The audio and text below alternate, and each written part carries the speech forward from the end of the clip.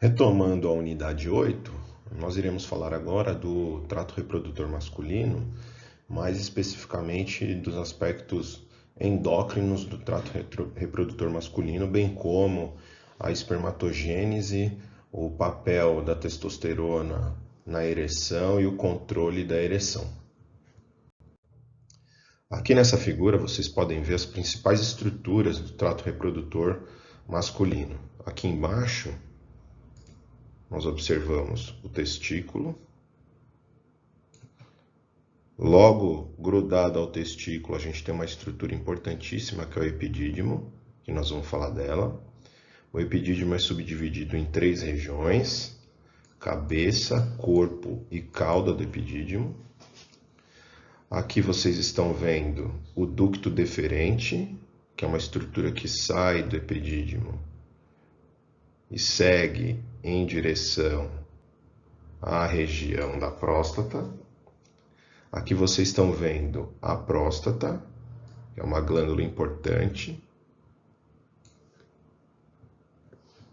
Aqui vocês estão vendo a vesícula seminal. Aqui o ducto ejaculatório, uma estrutura que fica dentro da próstata. Aqui as estruturas que estão relacionadas ao ambiente externo, né? Então, por exemplo, a gente tem aqui o pênis, a glande, e aqui a uretra, que são estruturas importantes do ponto de vista anatômico do trato reprodutor masculino. Todas essas estruturas, elas vão se alterar em função da presença de testosterona e de um outro hormônio chamado de hidrotestosterona, como nós vamos ver a seguir. Então, o desenvolvimento dessas estruturas, assim como o desenvolvimento das estruturas do trato reprodutor feminino, dependem fundamentalmente dos hormônios sexuais, e neste caso, dos hormônios sexuais masculinos. Aqui vocês estão vendo um corte sagital do testículo. Vamos começar com essa estrutura que fica acima, que é o funículo espermático. Esse funículo espermático, ele tem vasos, como vocês estão vendo, e nervos. Esses vasos e esses nervos são importantes para a nutrição e para o comando do testículo. É crucial para manter também a temperatura dos testículos. Essa temperatura deve ser ligeiramente uma temperatura abaixo da temperatura corporal para que a espermatogênese ocorra de maneira adequada. Mais abaixo nós vamos encontrar os túbulos seminíferos, que são responsáveis pela produção dos espermatozoides. Então é o local onde a espermatogênese acontece. Cada testículo, como esse que está exemplificado aqui, faz uma centena de divisões, tem uma centena de túbulos seminíferos que ficam enovelados, como vocês estão vendo, onde nós vamos encontrar as células germinativas, que vão sofrer uma série de divisões mitóticas e meióticas que vão resultar na produção dos espermatozoides maduros. Mais abaixo nós estamos vendo as duas túnicas, vaginal e albugínea.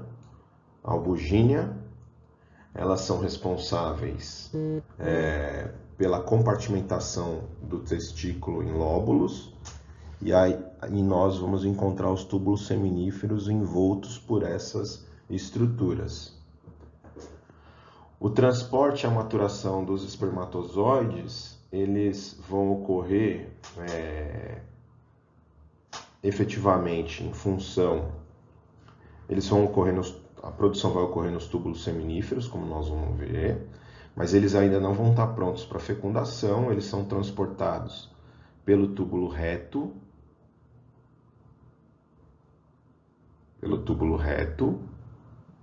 que é essa estrutura, e pela rede do testículo, que vão facilitar o movimento dos espermatozoides para o ducto eferente, que é uma série de pequenos ductos que vão levar o espermatozoide diretamente para essa estrutura aqui que a gente chama de epidídimo. O epidídimo, que, como nós falamos anteriormente, é subdividido em 3 regiões: cauda, corpo e cabeça. Ele serve como local onde os espermatozoides passam para sofrer a maturação final, ganhando motilidade e capacidade de fertilização. O movimento dos espermatozoides por essa estrutura é lento e leva aproximadamente 3 semanas para atravessar toda essa extensão do epidídimo.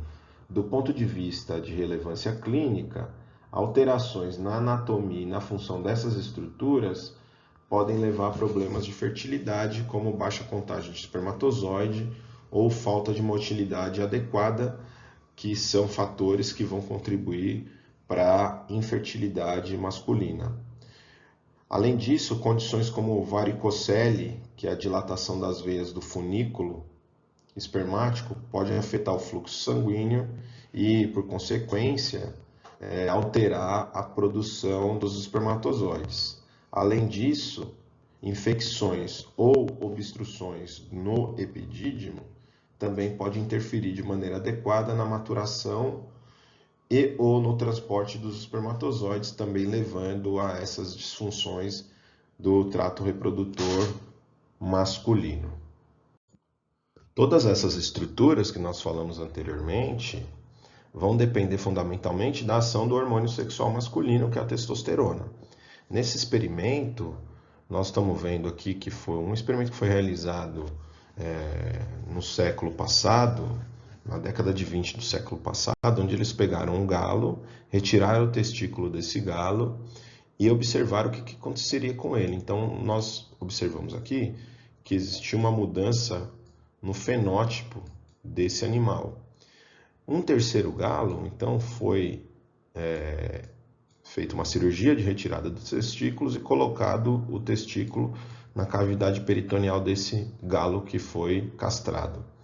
Este galo voltou a ter o mesmo padrão fenotípico do que ele tinha anteriormente, mostrando o seguinte, que as características sexuais secundárias, que é o que a gente observa, depende fundamentalmente da testosterona. Além disso, para que ocorra, como nós vimos anteriormente, a produção e a maturação dos espermatozoides, também é necessária a ação da testosterona, que é o hormônio sexual masculino.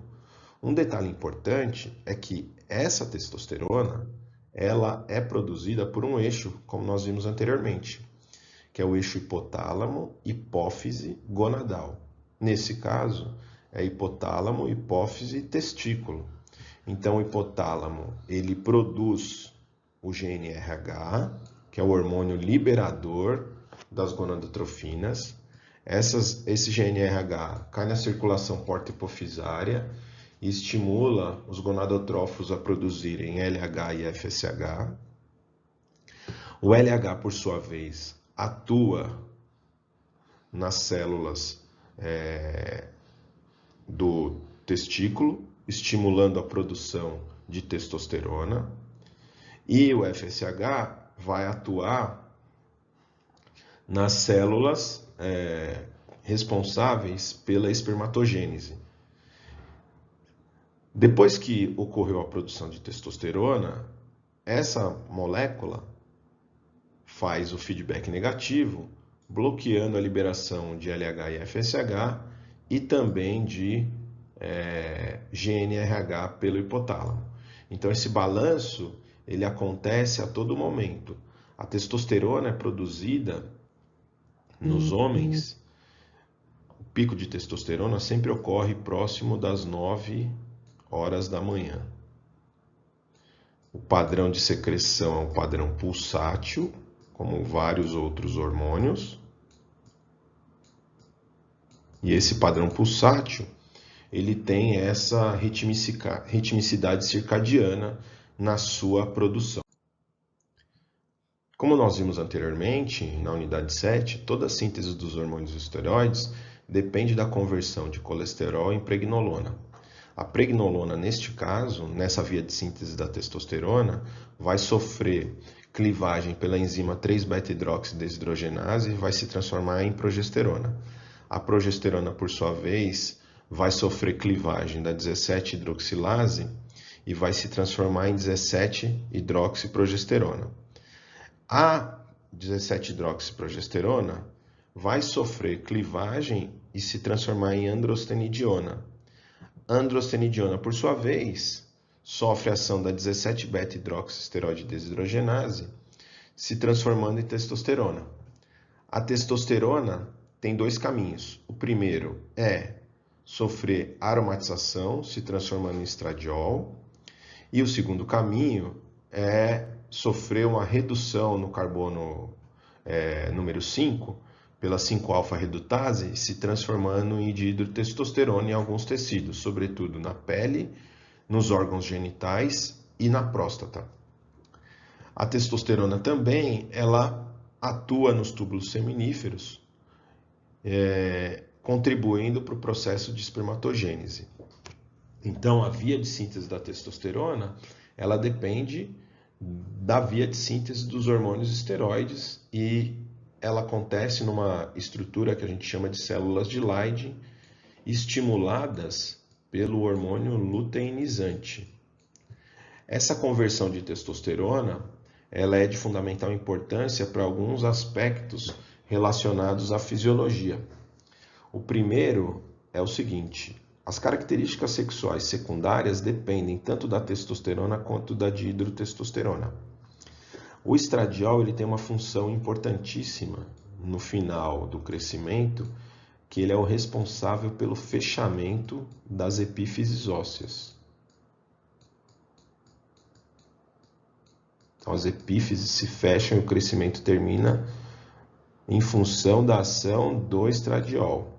Além disso, o mecanismo responsável pela ginecomastia transitória é a conversão de testosterona em estradiol na região das mamas nos meninos.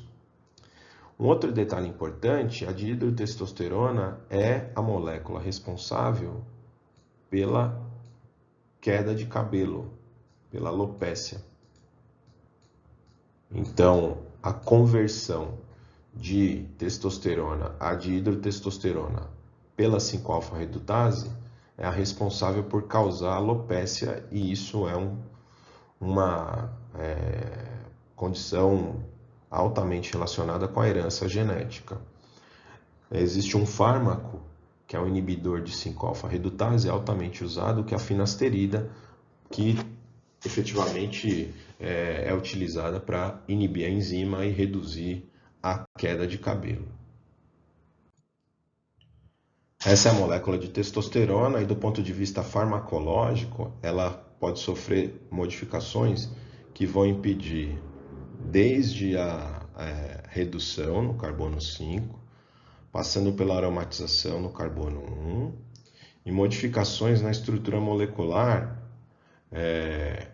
sobretudo nesse anel que compõe a região do carbono 17. Essas modificações fazem com que essas drogas tenham uma meia-vida maior. Então, portanto, se a gente tiver aqui um decanoato de testosterona ou cipionato de testosterona, são modificações que fazem com que a molécula fique efetivamente com a meia-vida maior, e são drogas altamente utilizadas do ponto de vista de recreação nas academias, como os esteroides anabólicos androgênicos, porque eles têm uma questão anabólica de induzir o aumento da massa muscular, mas também uma característica androgênica de acelerar as características sexuais secundárias, que é o fenótipo masculino. Essa testosterona que a gente viu, ela tem uma ontogenia que acontece da seguinte maneira. Então, nós estamos vendo aqui os níveis de testosterona nesse gráfico, nessa região do gráfico, a gente está vendo o período gestacional. Vocês estão vendo um pico de testosterona aqui no segundo trimestre de gestação. Esse pico é responsável pela formação e pela saída dos testículos de dentro do organismo e pela formação do pênis também. Posteriormente a esse pico, os níveis de testosterona caem. No nascimento ele chega a zero. Ali por volta do 6º mês de vida a gente tem um pico de testosterona. Esse pico de testosterona ele vai dar um imprint de masculinidade ao sistema nervoso central. Novamente, ali por volta de 1 ano de idade, a concentração de testosterona cai e ela permanece quiescente até mais ou menos ali próximo dos 12, 13 anos de idade, quando ocorre o início da puberdade. Em função do início da puberdade, os níveis de testosterona vão aumentar exponencialmente, assim como a espermatogênese, atingindo um pico por volta dos 20 e poucos anos de idade, chegando a um platô que se mantém mais ou menos até mais ou menos os 60 anos de idade. Notem que a espermatogênese ela continua acontecendo ao longo de toda a vida, mesmo com uma queda na sua produção. Então, por isso que o homem ele continua fértil ao longo de toda a sua vida. Essa testosterona atua sobre um receptor, a testosterona e a dihidrotestosterona, que são os dois andrógenos mais importantes, atuam no receptor de esteroide, o receptor de andrógeno, que no repouso fica ligado à chaperona no citoplasma. Quando a molécula se liga nele, esse complexo hormônio receptor é translocado para o núcleo e vai ocorrer a transcrição de genes-alvo que vão ser responsáveis pelo crescimento, pelo desenvolvimento e pela sobrevivência celular. Nessa figura, a gente observa a participação da testosterona e da dihidrotestosterona em diversas modificações no organismo do homem. Então, a gente chama atenção para o aumento do número de hemácias, para o aumento da massa muscular, para o aumento do acúmulo de gordura visceral no abdômen, é uma característica relacionada ao gênero masculino, o aumento da densidade mineral óssea, a hipertrofia da laringe, coisa muito comum que acontece na puberdade e que muda o tom de voz, fazendo que o tom de voz fique mais grave. Um outro detalhe importante é a produção dos espermatozoides, e muito relacionada à ação dos hormônios sexuais masculinos e das gonadotrofinas, o aparecimento de pelos na face, o aparecimento de espinhas, geralmente numa fase específica da vida,